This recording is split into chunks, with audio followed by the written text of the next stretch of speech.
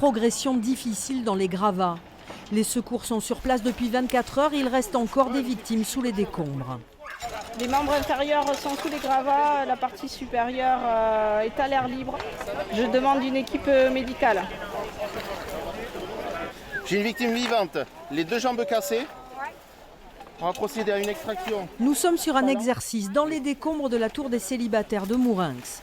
Dès le lendemain de sa destruction, 150 pompiers français et espagnols se sont relayés pendant 24 heures sur ce terrain escarpé et instable. On prend les poignées, on assoit, on allonge, on hisse. Il y a beaucoup de victimes par ici, mais ça c'est la dernière. Ici, on a un trou avec beaucoup de matériel dessus, là. Et avec l'équipe de Grimp, les collègues, ils faisaient la tyrolienne ici pour la victime aller à un lieu secours.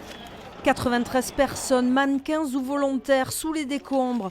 Une préparation de 4 mois pour cette formation.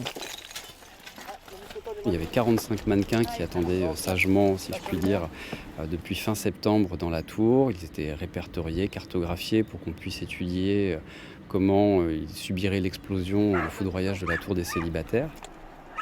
12 chiens opérationnels ont facilité le travail des pompiers. En fin d'exercice, il s'agit de perfectionner ces border collies encore en formation. La difficulté, c'est le cheminement pour eux. On a des terrains d'entraînement qui sont loin de ressembler à ça.